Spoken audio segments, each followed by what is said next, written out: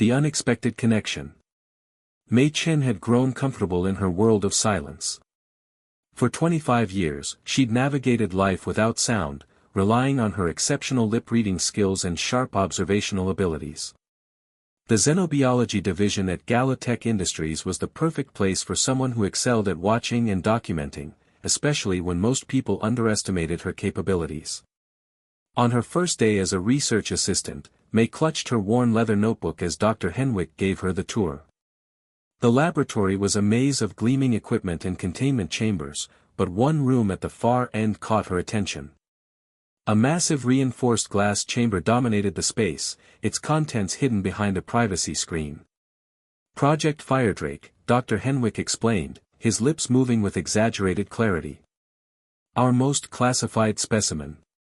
You'll be recording environmental data, nothing more. Mei nodded, but something about the chamber made her skin prickle with an unfamiliar energy. That afternoon, as she transcribed data from the monitoring station, it happened. Help me. The words, no, not words, something deeper, crashed into her mind like molten metal. Mei dropped her clipboard, hands flying to her temples as pain lanced through her skull. The sensation was impossible, overwhelming, breaking through 15 years of perfect mental silence. Dr. Henwick's concerned face appeared in her vision, his mouth forming worried questions she couldn't focus on reading. She managed to sign, Dizzy Spell, her practiced explanation for anything unusual. Please. You can hear me, can't you?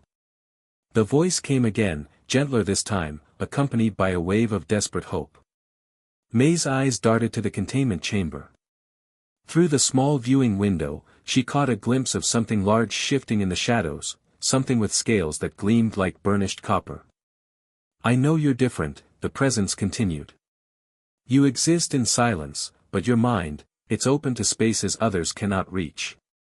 Mei's hand trembled as she picked up her clipboard. Whatever was in that chamber wasn't just a specimen. It was intelligent, desperate, and somehow connected to her in a way that defied everything she thought she knew about her own limitations. The dragon, for that's what it had to be, was trying to communicate with the one person everyone assumed couldn't hear anything at all. Understanding the gift. The next morning, Mei arrived early, drawn by a pull she couldn't explain. The laboratory was empty except for the security guard who barely glanced at her credentials. She made her way to the containment wing, her heart hammering against her ribs. You came back. The relief in the mental voice was palpable. Mei approached the monitoring station, her hands shaking as she began her routine checks. My name is Theronax, the dragon continued. I was captured 7 days ago while hunting in the Northern Territories. They plan to vivisect me tomorrow to study my flame production. Mei's pen stilled on the page. The casual mention of dissection sent ice through her veins. Why can I hear you when no one else can? She directed the thought toward the chamber, surprised when it seemed to work. Your deafness isn't a disability, it's a different kind of sensitivity. Where others' minds are cluttered with constant noise, yours exists in a space between worlds. You've always felt things others couldn't, haven't you? Mei thought of her notebook, filled with observations of moments when reality seemed to shift around her. Vibrations that felt like music, spaces that seemed to bend, sensations her doctors had dismissed as neurological quirks. Show me, she whispered in her mind. The privacy screen's control was right there. Protocol demanded she call for supervision, but something deeper urged her forward. With a quick glance around the empty lab, she pressed the button. The screen rose with a soft hum, revealing the dragon in full. Theronax was magnificent and heartbreaking. His body, easily the size of a small aircraft, was covered in scales that shifted from deep copper to molten gold. But it was the restraints that made Mei's breath catch, thick metal bands around his neck, wings, and limbs, with monitoring cables snaking across his powerful form like technological parasites. When their eyes met, his enormous amber orbs locking with her brown ones, the mental connection exploded into something far more profound. Now you see, Theronax's voice came with waves of emotion and memory. I am not a specimen. I am a being with thoughts, dreams, and a desperate wish to see the sky again. Through their link, May experienced fragments of his life, soaring through mountain peaks, the joy of flight, the warmth of sunlight on scales. Then came the darker memories, nets, tranquilizer darts, the terror of waking up caged. They don't know what they're destroying, May thought, tears streaming down her cheeks. But you do, Theronax replied. And you're the only one who can help me. The impossible plan. May spent the rest of the day in a haze of desperate planning. During the staff meeting, she watched Dr. Henwick enthusiastically describe tomorrow's procedure while Theronax's anguish pressed against her consciousness. The restraint system has 3 fail-safes, Theronax explained during a quiet moment when she was alone with the monitors.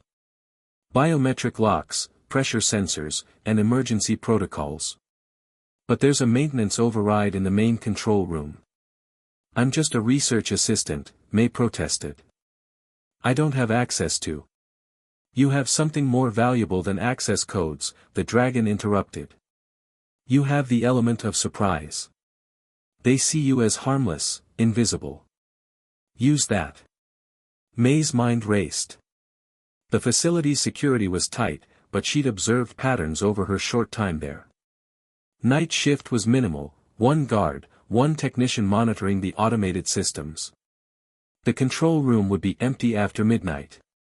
Even if I could get to the controls, how would you escape? This place is built like a fortress. Leave that to me, Theronax replied, and she sensed something fierce and ancient stirring in his consciousness. Dragons didn't survive centuries by being helpless. I just need these restraints removed. That evening, May stayed late under the pretense of catching up on documentation. She memorized guard rotations, noted camera blind spots, and studied the facility's layout with new intensity. Her notebook filled with escape routes and timing calculations disguised as research observations. Are you certain about this? She asked Theronax during her final check of the evening. If we're caught. If we do nothing, I'd die tomorrow, he replied simply. And they'll learn things about my kind that could endanger every dragon still free. Sometimes the only choice is to leap into the unknown. May thought of her safe, quiet life, her small apartment, her routine, her careful invisibility. Then she thought of those amber eyes and the desperate intelligence behind them. Midnight, she decided. I'll come back at midnight. Thank you, Theronax's mental voice carried profound gratitude. Whatever happens, know that you've given me hope when I had none. As May left the facility, she didn't notice the thin figure of Dr. Kravitz watching from an upper window, her suspicious eyes following the young research assistant's departure. The Great Escape. May returned to Galatech at 11:47 p.m., her heart thundering so loudly she was amazed the security guard couldn't hear it. She badged in with her after-hours research access, offering a shy wave to the board guard who barely looked up from his tablet. The facility felt different at night, shadows deeper, sounds more pronounced in the empty corridors. May made her way to the control room, her hands slick with nervous sweat. I'm here, she signaled to Theronax. The guard makes his rounds every 30 minutes, the dragon replied. You have 23 minutes until the next patrol. The control room door opened with her badge, a stroke of luck, as research assistants weren't supposed to have access. Inside, banks of monitors displayed the facility's systems in real time. May found the containment controls, her fingers hovering over the complex interface. The red panel on your left, Theronax guided her. Enter code 7-7-3-9. It's the maintenance override Dr. Henwick used yesterday. May's enhanced observational skills had captured the code without her consciously realizing it. Her fingers moved across the keypad, and the system responded with a soft chime. Now the biometric locks. There should be a yellow switch marked emergency release. She found it, protected by a clear plastic cover. May lifted the cover and hesitated. Once I do this, there's no going back. There was never any going back, Theronax replied gently. Some moments choose us, not the other way around. May flipped the switch. Alarms immediately began blaring throughout the facility. Emergency lights bathed everything in pulsing red as the dragon's restraints disengaged with mechanical whirs and clanks. "Run," Theronax urged. "Get to the loading bay on the north side. The large doors there."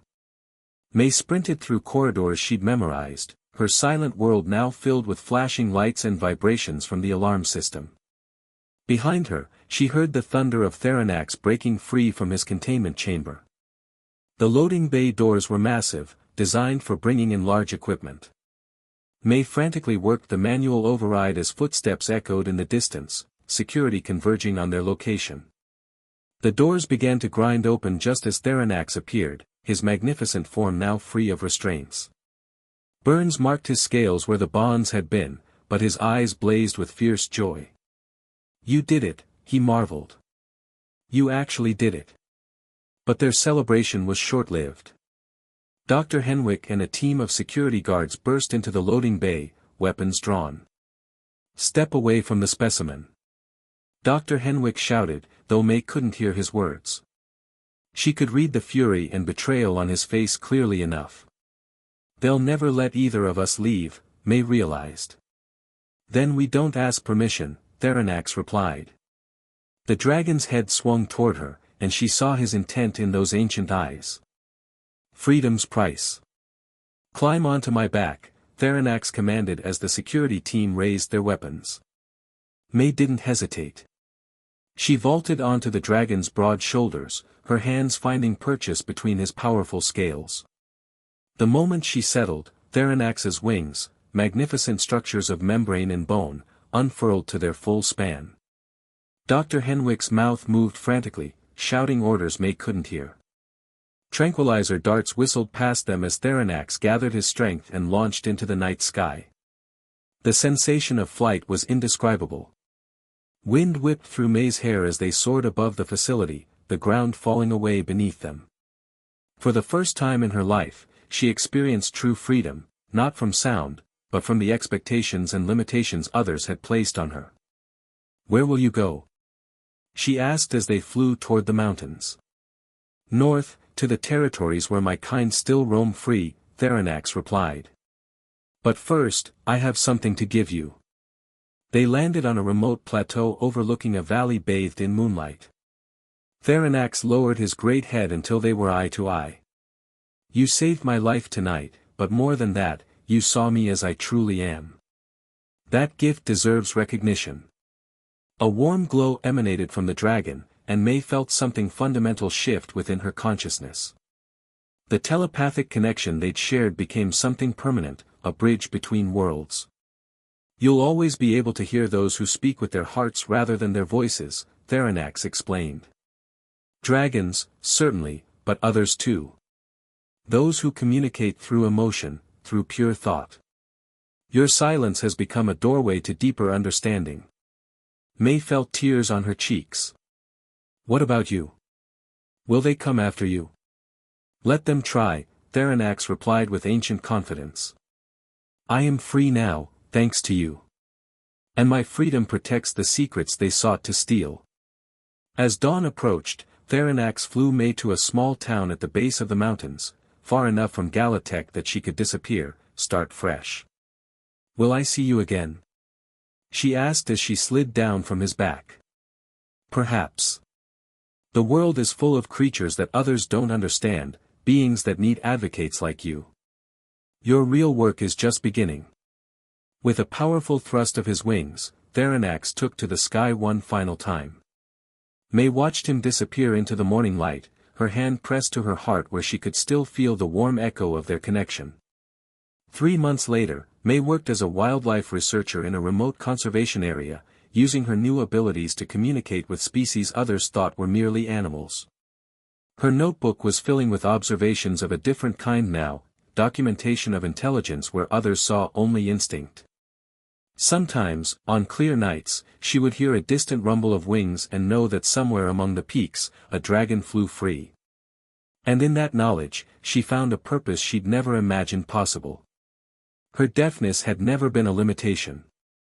It had been preparation for something far more extraordinary than anyone could have guessed. The end.